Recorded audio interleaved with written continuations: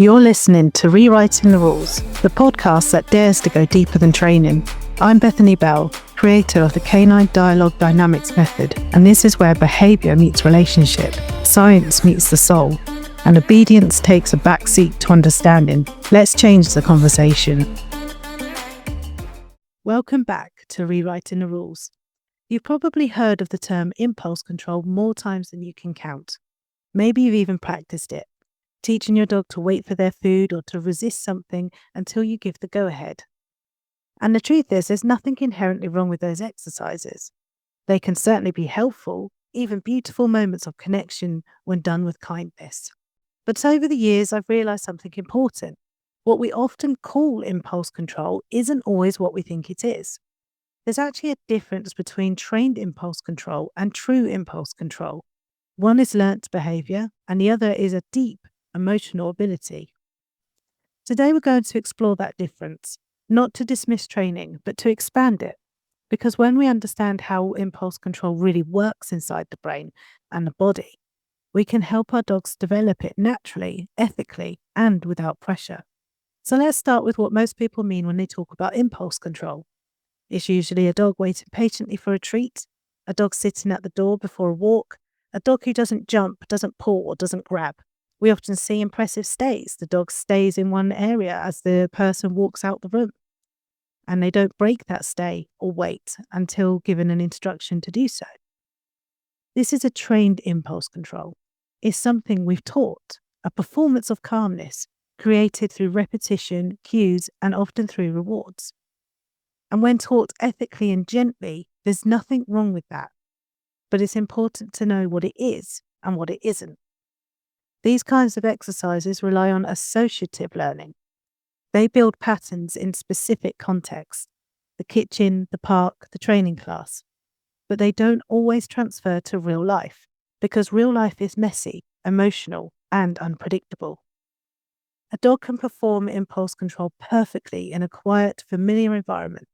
Yet the moment emotions arise, excitement, frustration, fear, curiosity, those trained responses can quickly fade away.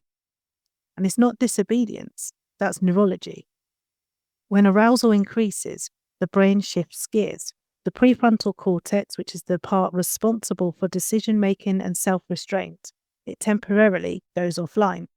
So the dog isn't being naughty or stubborn, they're simply operating from a different part of their brain, one that prioritizes emotion over logic. And that's why trained impulse control can't exist without emotional regulation. So if trained impulse control is about performance, what does real impulse control look like? Well, it's quieter. It's more internal. It isn't really about what the dog does. It's about what's happening within them. True impulse control and self-restraint isn't something we teach through commands or repetition. It's something that develops as the brain matures and as emotional safety deepens. Inside the brain, this comes from the prefrontal cortex, and this is the region responsible for self-regulation, planning, and decision-making. But that part of the brain only works when your dog feels safe and calm enough for it to activate. If the dog feels stressed, scared, or over-aroused, the prefrontal cortex shuts down, and the limbic system, which is the emotional brain, takes over. That's why you can't train true self-control into a dog who is emotionally dysregulated. The very part of the brain they need to use isn't available to them. So real impulse control grows from the inside out. It's not a command, it's a capacity. It's the ability to pause, to think, and to make a choice. And not because someone told them to, but because they learnt that they can. That's why the environment, relationship, and emotional consistency matter far more than any specific exercise. When dogs feel secure, when they trust the people around them, when they know that their needs are heard, their brain begins to wire for restraint naturally. They learn that they can pause before acting, because pausing no longer feels unsafe. That pause is not learnt through pressure, but through peace. You might notice in small moments a dog who turns to you before reacting to a sound, or who sighs and settles after something exciting. That's real impulse control. That's the nervous system self-regulating. and it doesn't look anything like obedience. It looks like comfort. Now, it's easy to use the terms impulse control and self-restraint as if they're the same thing, but they're actually two very different processes. Impulse control is the initial pause, the split second where the brain just says, wait, do I need to act on this right now? It's the neurological mechanism that slows down an automatic reaction. It happens in the brain, specifically the prefrontal cortex, and it's linked to emotional regulation. Self-restraint, on the other hand, is what follows. It's the choice to hold back or redirect after the impulse has already been felt. Impulse control says pause, self-restraint says choose. Impulse control is like the brakes, and self-restraint is the steering. They work together, but one cannot exist without the other. You can't make a good choice if your brain hasn't first slowed down enough to recognize that a choice exists. In dogs, just like in us, these processes are constantly developing. They depend on experience, emotional safety, and maturity, and not on commands. And that's why we see such variation between individuals. A puppy or an adolescent dog may want to do the right thing, but their neurological brakes just aren't fully developed yet. Their ability to restrain themselves grows with time, trust, and co-regulation, and not through correction or compliance. So when we talk about teaching dogs impulse control, what we're really doing, or what we should be doing, is supporting the brain as it learns how to pause and how to choose. And we don't teach the act itself. We teach the conditions that make it possible. Now, I want to be really clear here.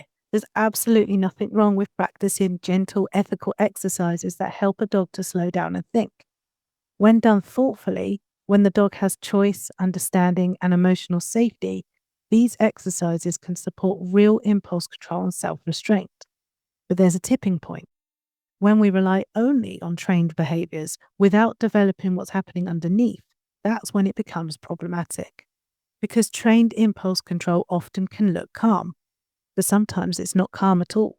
It can be a dog holding tension in their body, suppressing their instincts and emotions because they've learnt that's what's expected of them. We might see stillness and think, good control, when actually what we're seeing is suppression. That doesn't mean the training itself is cruel, it just means it's incomplete. If we're not also teaching the dog how to process and regulate their emotions, we're only addressing the surface. For example, a dog might be able to leave food on cue. That's a trained skill. But if the same dog struggles to regulate their excitement around food outside of that context, or becomes frantic or frustrated when there's no cue, that's not true impulse control. That's a rehearsed behaviour without emotional depth. So the difference isn't whether we teach impulse control exercises, it's how and why. If they're part of a bigger picture that includes emotional safety, dialogue, co-regulation, and the development of self-restraint, they can be valuable tools. But if they're used in isolation or as measurements of goodness or obedience, we risk teaching the dog to mask their inner world instead of helping them to truly manage it. Because control without understanding isn't calm, it's compliance, and compliance does not build confidence. So when we move beyond the idea of training impulse control and instead we start to nurture it, something profound begins to happen. We shift from seeing dogs as performers of calmness to participants in calmness. True impulse control doesn't come from a command, a hand signal, or even a treat. It grows quietly in the spaces between, in safety, in predictability, in connection, and in understanding. So let's take a closer look at how that actually happens. We first need to have safety, the root of regulation. The ability to control impulses or restrain reactions depends on one key thing: the nervous system feeling safe. That's not just emotional safety in a vague sense, but physiological safety. It means the dog's body isn't bracing for threat. Their nervous system isn't flooded with cortisol or adrenaline. In this state, the prefrontal cortex, the logical reflective part of the brain, is switched on. That's the part responsible for decision-making, problem-solving, and self-control. When a dog feels safe, that part of the brain lights up. When they feel unsafe, it goes dark and instinct takes over. So no matter how many training exercises we do, no matter how skilled or gentle the cues, a dog cannot access self-restraint if their nervous system does not feel secure. This is why calm doesn't begin with sit. It begins with safety. We can help foster that safety through tone, body language, routine, and consistency, and most importantly, through dialogue. When we communicate in ways that make sense to our dogs, explaining the world around them and giving context to their experiences, they don't just have to guess, they can relax. And that relaxation, that quiet certainty, is the first seed of real impulse control. We then need to look at co-regulation, which is the bridge to self-regulation. Impulse control doesn't develop in isolation. It's learned through relationship. We often expect dogs to self-regulate on their own, to soothe themselves, stop barking, or to resist temptation. But just like children, dogs first learn emotional regulation through us. When we model calmness, patience, and gentleness in our own responses, their nervous system begins to mirror ours. Our calm tone helps to bring their arousal levels down. Our steady presence communicates, "You're safe, you don't need to react." This is co-regulation, the shared emotional rhythm between two beings. Over time, it becomes internalized, and that's when true self-regulation begins to emerge.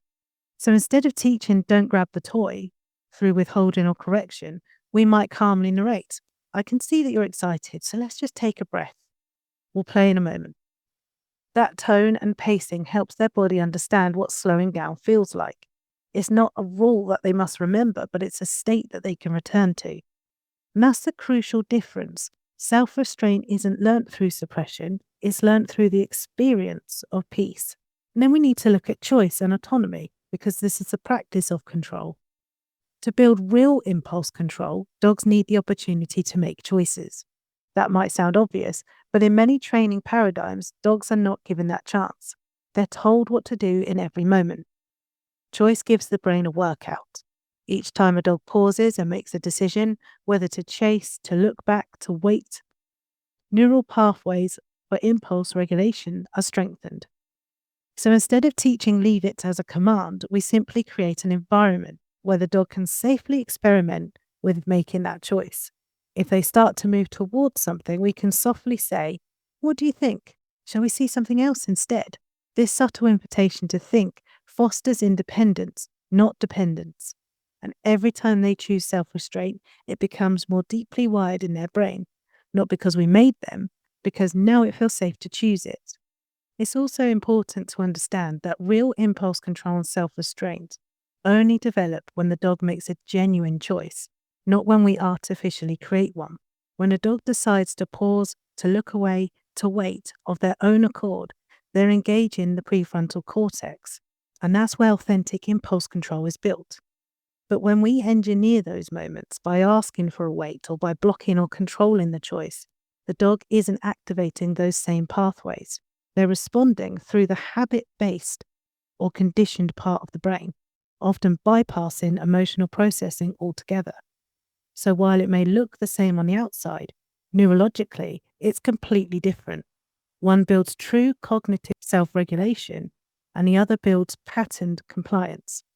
That's why we can only grow real impulse control by allowing it to happen naturally, through genuine decisions in safe environments where the dog feels empowered to choose. Impulse control isn't just about stopping behaviour, it's about understanding emotion. A dog who feels truly understood is far less likely to be impulsive. When dogs bark, grab, lunge, or jump, they're not being bad, they're communicating. And often we label these moments as impulsivity, but what we're really seeing is emotion without language. Through the CDD method, we build language and context. We help the dog name their world. "They're just the birds. We'll go soon. I know you're excited." Each of these phrases helps ground the dog in context, which lowers arousal and gives the brain a moment to catch up with the body. Over time, dogs begin to associate these words and tones with emotional stability. That's the dialogue that builds true impulse control, not control over emotion, but understanding of emotion. And we need to look at environment and predictability. The final piece is this: impulse control flourishes in predictability. When dogs know what to expect, their nervous system doesn't need to stay alert. Predictable routines, clear signals, and environmental stability all help the brain stay regulated. Even subtle things like soft lighting, calm sounds, gentle transitions between activities, all of these reduce background stress. In a chaotic home, we often see what people call a lack of impulse control, but really it's just a dog reacting to a world that feels unpredictable. When the world feels safe and understandable, they don't have to grasp for control. They can rest in control. True impulse control and self-restraint are not taught. They're grown. They develop organically when the dog feels secure, understood, and respected. They're built in everyday moments of calm through the tone of our voice, the consistency of our presence, and the choices we allow. When we nurture these foundations, a dog's ability to pause, think, and self-regulate emerge naturally. Not through conditioning and not through compliance, but through connection. And we need to look at the emotional cost of suppression. When we hear the phrase impulse control training, we often picture calm, obedient dogs, sitting quietly whilst food is placed in front of them or waiting patiently for permission to move. And it does look impressive. It certainly photographs well. It's tidy, predictable, and performative. But beneath that stillness, something very different can be happening. When we focus too much on performing calmness, we risk replacing emotional regulation with behavioral suppression. And while suppression can look peaceful, it's actually a kind of pressure, a quiet internal tension that has nowhere to go. A dog who's learned to stay still and wait doesn't necessarily feel calm. They may simply have learnt that moving or reacting leads to correction or even withdrawal of attention, food, or disappointment. They're not thinking, I feel at peace. They're thinking, I mustn't move. But that's not regulation, that's containment. And the moment the cue is removed or the environment becomes unpredictable, the calm mask slips off. Suddenly, that same dog who appeared so controlled becomes excitable, frantic, or even reactive, because all of that built up energy and emotion finally has an outlet. This is why we so often see dogs who seem perfect in structured sessions, yet struggle deeply in the real world. The control we created doesn't belong to them. It belongs to the context that we trained it in. Another issue that arises from overtraining impulse control is frustration. When a dog is repeatedly asked to restrain themselves, to wait, to leave, to hold, but isn't given the space to express what they feel, frustration starts to build beneath the surface. You might see subtle signs: tension in the face, tail held low or stiff, slower responses, or displacement behaviours like licking or yawning. These are tiny cracks in the illusion of calm. Over time, this can lead to what people often label as sudden reactivity or explosive outbursts. But these moments are not sudden at all. They're often the culmination of suppressed energy, emotion, and an unmet need. It's like shaking a bottle of fizzy water and then pretending it's calm because the lid's still on. Eventually, it has to release. And sometimes dogs even begin to associate the act of holding still with anxiety itself. They start to anticipate pressure or judgment when they're asked to wait because that cue has come to symbolize expectation. They might freeze, ears pulled back, eyes wide, body tense, and people will call this focus. But what's really happening is conflict. Part of the brain is saying, I want to move, and the other part is saying, but I mustn't. That's an internal tug of war, and it's exhausting. And when we mistake that for success, we unintentionally reward stress instead of regulation. That doesn't mean the methods are inherently wrong. It just means we need to look deeper. If we see tension, we need to pause and ask, is my dog calm or are they actually coping?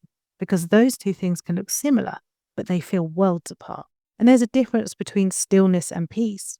Stillness is external and peace is internal. Stillness can be commanded. Peace can only be cultivated. We can teach a dog to be still, but we can't train them to feel peaceful. And that comes from helping them understand their emotions, not from making them suppress them. This is where dialogue becomes so powerful. When we explain what's happening, just waiting a moment, someone's coming by, we're okay. We're not asking them to suppress. We're giving them the tools to understand. Understanding dissolves fear. Fear is what can drive impulsivity. So ironically, the more we focus on understanding rather than control, the more true control naturally develops. Impulse control doesn't just get disrupted in training. It can also be undermined by the way we structure our dog's entire lives. When everything is managed, micromanaged, or controlled, when dogs are told when to eat, sleep, walk, or rest, they lose their ability to make small, regulated decisions. Every micro choice, when to stretch, sniff, rest, or explore, strengthens the brain's impulse control circuits.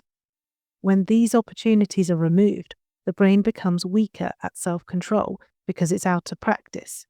It's a paradox.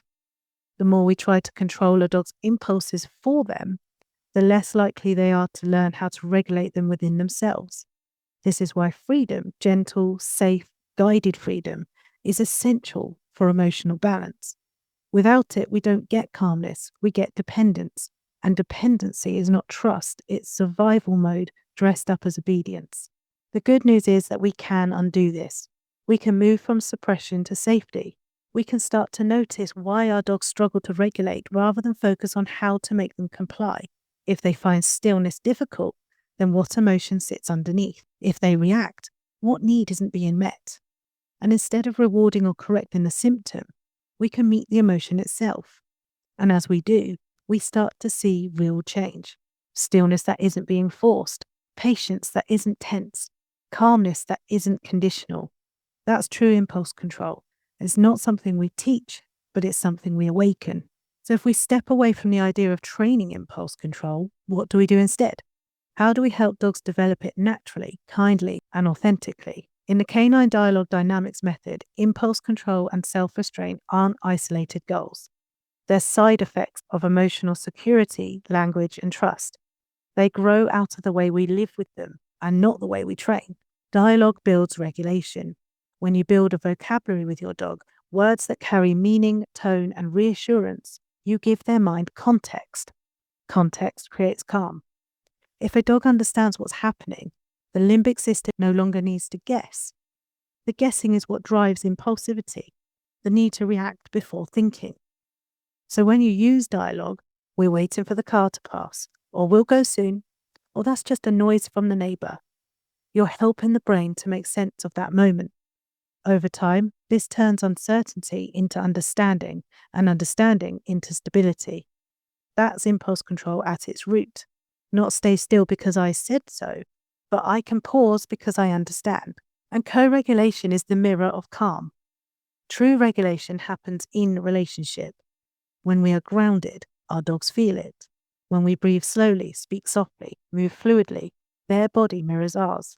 That's co-regulation. And it's far more powerful than any training cue because it bypasses the thinking brain, because it bypasses the emotional brain and speaks directly to the nervous system. For example, if your dog gets excitable before a walk instead of commanding sit or wait, you can slow down your own movements. Speak in a low, steady tone. Maybe kneel, loosen your shoulders, exhale slowly. This tells their body, we're safe, we don't need to rush. That's real impulse control in action, not enforced, but transferred through energy and tone. And the environment does help shape behaviour. So in CDD, environment is never separate from emotion. If the environment constantly demands self-restraint, noise, pressure, too much stimulation, we're not teaching calmness, we're teaching coping. Instead, we design environments that support calm choices. Soft lighting, predictable routines, clear boundaries like baby gates instead of confinement, and freedom to retreat when needed. These all lower arousal naturally. The more the environments invite safety, the less the dog has to control themselves. The behaviour we see becomes the reflection of comfort, not compliance. Impulse control and self-restraint strengthen every time the dog gets to make a choice and experiences a gentle consequence that makes sense. When your dog hesitates before rushing to greet someone and you softly acknowledge, that was a nice choice, thank you for waiting. That's how self-restraint takes root. No cue, no command, just a recognition of their awareness. Choices don't have to be big. They can be choosing where to lie down, which toy to pick up, whether to sniff longer before moving on. Each small act of agency builds the neurological pattern for calm decision-making. And when a dog knows that their choices are heard and respected, They stop fighting for control because they already have it. So we just need to redefine the progress. In a conventional model, progress means the dog can perform the leave it, the wait, and the stay. But in the CDD model, progress looks quieter. It's the dog who can take a breath before reacting. It's the dog who can glance at you for reassurance rather than lunging. It's the dog who can rest more deeply because they no longer have to stay alert. That's emotional maturity, not obedience. And it's not achieved through repetition, but through relationship. It's a new paradigm of calm. So the next time someone tells you to train impulse control, remember this. Impulse control isn't a trick, it's a state of being. And our job is not to control it. Our job is to nurture it. The more we build language, safety, and choice into everyday life, the more naturally our dogs will find that balance themselves. Not because they're told to, but because they want to. Because their world finally makes sense. And when calmness comes from understanding rather than submission, it lasts. So before we finish today, I want to say this really clearly and really kindly. These popular training exercises that are often called impulse control are not wrong in themselves. When they're done thoughtfully, without pressure, and an awareness of how your dog feels, they can absolutely be fun and enriching. As long as there's choice, joy, and emotional safety, playing waiting games or practicing calm interactions can build confidence and strengthen your connection. But what they're not doing is teaching impulse control. They're simply offering your dog structured moments to practice listening and focusing, and that's fine, as long as we remember that true impulse control lives much deeper than that. This is why so many people tell us, my dog's brilliant at impulse control games, but in real life, they just can't cope. That's because we've trained the behaviour, not the brain. We've rehearsed the performance, not the emotion. And when the emotions and instincts are at their highest in those real world moments, when it truly matters, the training often falls apart. It's not failure, it's feedback. It's your dog showing you what's missing, the deeper layer of self-restraint and regulation that can only be built through safety, understanding, and relationship. So by all means, keep the games that keep you both smiling, but just see them as part of something bigger, a teaching journey and not a control strategy. So in our next episode, we're going to turn the lens gently back to ourselves and talk about what it really means to let go of control, why we cling to it, how it shapes the way we guide our dogs, and what happens when we finally loosen our grip. Because when we learn to breathe and trust, our dogs do too. And that's where real connection and real calm begins. Thank you for rewriting the rules with me. See you next Thursday.